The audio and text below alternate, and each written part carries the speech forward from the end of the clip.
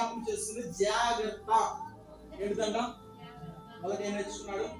బాధ్యత నేర్చుకున్నాడు. ఎక్కడ నేర్చుకున్నాడు అని మనం చెబుతాము. మీ పిల్లలు ఆడుతుందంటే ఏ చైతన్యో, ఏ నారాయణో, లేదా హైదరాబాద్, లేదా ఢిల్లీయో అని చెబుతాం. కానీ దావీదు ఏం నేర్చుకున్నాడు? అరణ్య ప్రాంతం, గొర్రెల మధ్య నేర్చుకున్నాడు. తన గురువు ఎవరు? పరలోకపు తండ్రి. Praise the Lord. ఎవరంట? పరలోకపు తండ్రి. మొదటిగా బాధ్యత నేర్చుకోపాయ దావీదు.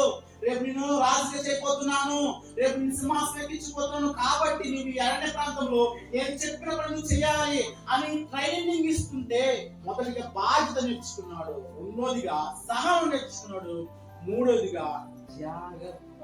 Praise the Lord. ఏంటి జాగ్రత్త? తెలుస్తుంది కదా. ఏంటి జాగ్రత్త అని మనం జ్ఞాపకం చేసుకున్నట్టయితే జాగ్రత్త. మత్తయి సువార్త గొర్రెకాయ చూసారా? పొగులంతా మాకు తిరుగుతారు వాసనే. రేత్రైన తర్వాత గొర్రెలు కాసేది ఎవరు? తెలుస్తుంది కదా. ఆ కాపరు ఉన్నాడే, కంటి మీద కొనుక్కుంటుందో తెలుస్తుంది కదా. ఏ జంతువు ఎటు వచ్చిందో తెలియదు, ఏదొచ్చి గొర్రె మేము అందులో పడి పీక్కులు వెళ్ళదో తెలియదు. కొనుక్కున్నట్టు కొనుక్కుంటాడు, కానీ ఒక కన్ను మాత్రం గొర్రెల మీద వేస్తూనే ఉంటాడు.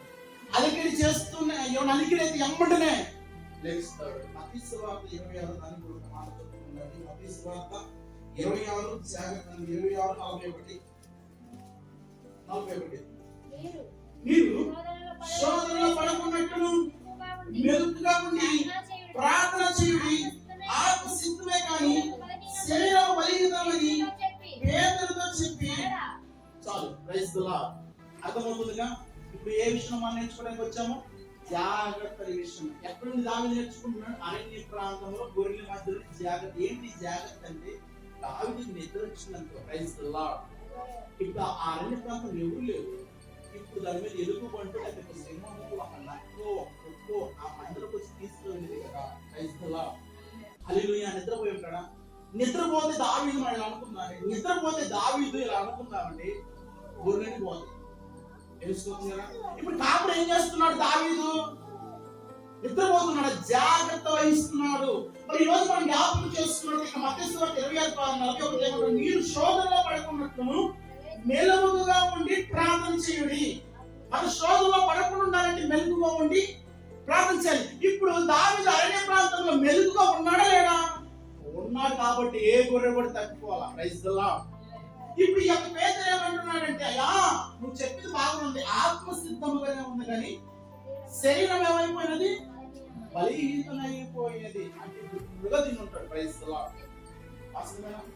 అర్థమవుతున్న మాట గమనించి జాగ్రత్త వహించాడంట.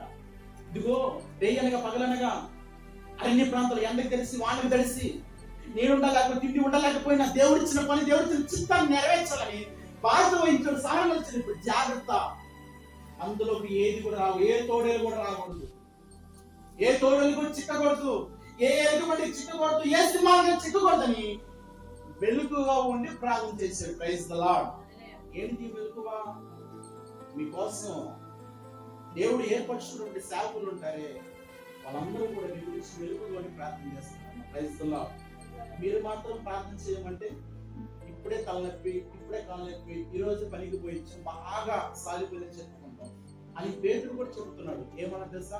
యేసు ప్రభు తిరిగినోడే, యేసు ప్రభు ఉన్నవాడే, సముద్రం మీద నడిచినవాడే, చిన్న రొట్టెలు 5 రొట్టెలను 2,000 మంది 5,000 మంది తిరిగినప్పుడు పక్కన ఉన్నాడు, దెయ్యాలు వెళ్ళగొట్టినప్పుడు పక్కనే ఉన్నాడు, 35 సంవత్సరాల కృష్ణుడు బాగు చేసిన అక్కడే ఉన్నాడు, పైగా అనేక రోగాలను అనేక జీవితాలకు కట్టినటువంటి యేసే పక్కన పేతురు ఉన్నాడా లేడా?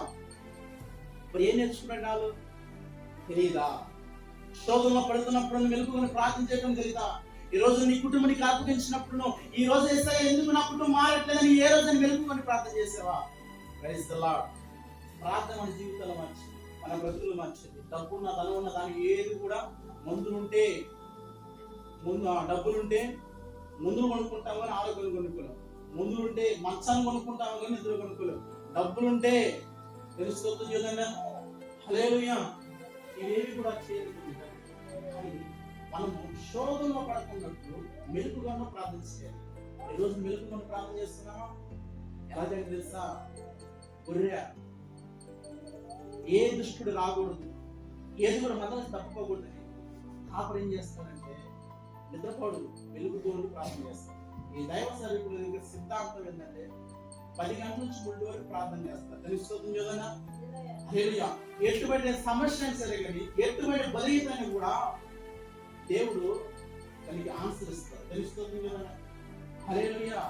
నూతనంగా వచ్చినటువంటి సొలొమోను రాజు తెలుస్తుంది కదా, అన్న జీవితం మనం జ్ఞాపకం చేసుకుంటే చాలా అవసరం, కొంచెం చాలా బలహీనత, కొంచెం బాధ ఎవరికి చెప్పుకునేటువంటి సమస్యతో వచ్చాడు. క్రైస్తవులా దానికి ఒకటే సొల్యూషన్ అన్న, ప్రార్థన ఉంటే దేవుడు ప్రతిదీ కూడా మనకు చెబుతాడు. తెలుస్తుంది విధంగా అని చెప్పాను. కొంచెం వెనకేసిన తర్వాత వచ్చాడు. తెలుస్తుంది విధంగా ఆయన వచ్చే ముందు దేవుడు మాకు ఒక దర్శనం ఇచ్చాడు. పలానా వ్యక్తి వస్తున్నాడు, నీకు 6 రోజులు ఉంటాడండి. క్రైస్తవులా ఆయన ఆ మాట నేను చెప్పకపోయినా కూడా ఆ రోజున వచ్చి నేను ఉంటాను, ఏదైతే కొద్దిగా ఒత్తిడైపోతుందని. ఇంటికి వెళ్ళాడు, అయినా కూడా నేను నమ్మలేదు, వస్తారో రాలేదు కూడా నేను నమ్మలేదు. సరే వచ్చాడు. క్రైస్తవులా ఒకే ఒక మాట అన్న, దేవుడి శక్తులు 4 ఉండాలి. నేను 3 రోజుల నుంచి పోతానంటే అది కుదరని పని. అటు దేవుడికి అవమానము, నీకు ఏటువంటి రాదు. తెలుస్తాను. సరే మొత్తం సిద్ధపడబడి వచ్చి క్రైస్తవులా మొదటిగా 3 రోజులు ప్రార్థన చేశారు. ఎటువంటి సమాధానం తెలుసుకోకుండా, ఎటువంటి సమాధానం అన్నప్పుడు ఎలా ఉండేది, ఎటువంటి ఏదైనా కాలేజ్ వచ్చినప్పుడు ఏదైనా ఇనిషియేట్ చేస్తే అదొక నమ్మకం. మరి వచ్చాడు, కూర్చున్నాడు, అతను బలిహితం పోవాలంటే తనకు వచ్చిన సమస్యలతో పాటు ఎలా తెలుస్తుంది కదా. 3 రోజులు ప్రార్థన చేసిన రాకపోయినా కూడా దేవుడు మాకు 2 రోజులు ఒక మాట చెప్పాడు, 12 రోజులు ఉంచుకో. Praise the Lord. ఇన్ని రోజులు 12 రోజులు. ఈ 12 రోజులు ఆయన ఏం నేర్చుకుంటాడు తెలుస్తుంది కదా. ఈ 12 రోజులు ఆయన అర్థం జీవిత పరమాణం ఎందుకు తెలుసుకున్నాడు. ఒకప్పుడు నీచుని కృష్ణుని తాగిన తిరిగి ఎక్కడ తిరిగాను తెలుసుకోవచ్చు కదా. వాస్తవమే కదా. ఇప్పుడు చేయమనండి, ఎందుకు చేయడు, ఎందుకు నేర్చుకున్నాడు. ఏం నేర్చుకున్నాడు? 12 రోజులు నేను ఎలా బ్రతకాలి, ఎలా జీవించాలి, ఇంకా సమాజంలో ఎలా ఉండాలి, దేవుడికి ఎలా నమ్మకం విశ్వాసం కలిగి ఉండాలి. ఈ 12 రోజుల్లో అందరూ అనుకుని ఉంటారు. తెలుసుకోవచ్చు కదా. ఇది కొనుక్కుంటున్నారా? తెలుసుకోవచ్చు కదా. ఒక రోజు ఉండండి, అర్థమైంది. ఒక సేవకుడు వచ్చినటువంటి ఒక బాధ వచ్చిన కాంచిపోయేంత వరకు కూడా దేవుని యొక్క సేవకుగా కంటిపోయేందుకు కూడా ఉండదు. అంటే ఎందుకు నమ్మొచ్చింది కదా, జాగ్రత్త వహించాలి కదా, దేవుడు ఇచ్చారు కదా, అప్పగించారు కదా, ఆ గొర్రెను పంపించారు కదా, ఆ గొర్రె బలహీనత ఏడుతో దేవుడితో సమాధానం పొందుకోవాలి కదా అని ఇక్కడ పేతులాగా మనము నిద్రపోతే ఆ వ్యక్తి బాగుపడతాడా? అర్థమవుతుందా? అందుకని అతని నుంచి శోధన కావాలంటే మెలుగుగా ఉండాలి, మెలుగుగా ఉండి ప్రార్థించాలి. మన జీవితంలో కూడా ఎటువంటి సమస్య ఇబ్బంది వల్ల కావట్లేదా? 3 రోజులు దేవుని సన్నిధిలో గడుపు, దేవుడు నీతో మాట్లాడకపోతే తెలుస్తుంది కదా. హల్లెలూయా. ఇప్పుడు ఆయన నమ్మకం ఏంటిది? దేవుడు మాట్లాడాడు, బతుకుతాడు, ఎలా బతకాలి, ఎలా జీవించాలి, ఎలా ఉండాలి, నేను చేసిన పాపం దేవుడి దృష్టి న్యాయమే కదని ఆ 12 రోజులు ఒక అనుభవం దేవుడు నేర్పించాడు. అసలు ముందు ఈ స్థలానికి రావడానికి దేవుడు ప్రణాళిక కాబట్టి మీద ఉంది. అతనే కాదు, మీ అందరూ కూడా ఈ స్థలం రావడానికి దేవుడి ప్రణాళిక ఉంది. అర్థమవుతుందా? జాగ్రత్త. అంటే వచ్చిన వ్యక్తి ఆ గొర్రె నిద్రపోయేటప్పుడు తాగు చేసిన పని వెలుగుకొని ప్రార్థన చేస్తాం.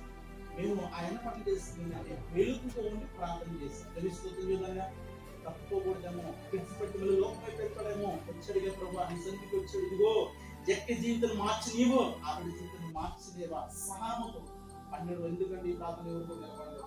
క్రైస్తవులా హల్లెలూయా. నిలబడిన వారు ధన్యులు. ఇక్కడే పరలోకం అంటే ఏదో ఎమ్మెల్యే ఆఫీసో లేక ముఖ్యమంత్రి ప్రధాన ఆఫీసో తెలుస్తుంది కదా. పరలోకం చేరాలంటే ఇదిగో ఈ సభను దూషించినా కూడా అవి చేస్తాయి. Praise the Lord. హల్లెలూయా. ఎటువంటి ప్రైజ్ లేదు. నువ్వు ఎంత కానుకనే, ఎంత పరిచయం చెయ్యి, ఎంత విశ్వాసం లేదు, నీవు దేవుని ఎదుట పరిశుద్ధమైన జీవితాన్ని జీవించకపోతే ఇదిగో ఆనాడు అపవాదం మన తాతలు ముత్తాతలే నేను పరిశుద్ధి మీ పరిశుద్ధులై ఉన్నప్పుడు కూడా ఒక చిన్న అవినీతిని బట్టే నాకు అవసరం లేదని గెట్టే తెలుస్తుందిగా. అటువంటి పరిశుద్ధమే దేవుడు ఆ స్థలంలో ఉండాలంటే తెలుస్తుందిగా. దేవుని ఇష్టంగా అమ్ముడు ఎలా నడిచాడంట? దేవుడితో నడిచింది. చనిపోయాడా?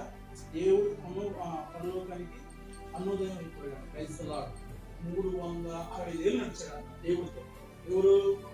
అనోక్ గారు. నువ్వు ఎన్ని సంవత్సరాలు నడుస్తున్నావు? ఇప్పటి నుంచి ఎన్ని రోజుల నుంచి నడుస్తున్నావు? అర్థమవుతుందా? అలా నడుచుకుంటూ పరలోకం ఎక్కాడు. Praise the Lord. ఏమెక్కాడు? దేవుడు ఇంకేమీ లేవు అన్నది గారు. ఇంకా రాముని చావు చూడకుండా దేవుడు కడిగి వెళ్ళాడు. ఇది భక్తి అంటే, ఇది ప్రార్థన. జాగ్రత్త, మన జీవితంలో సేవ.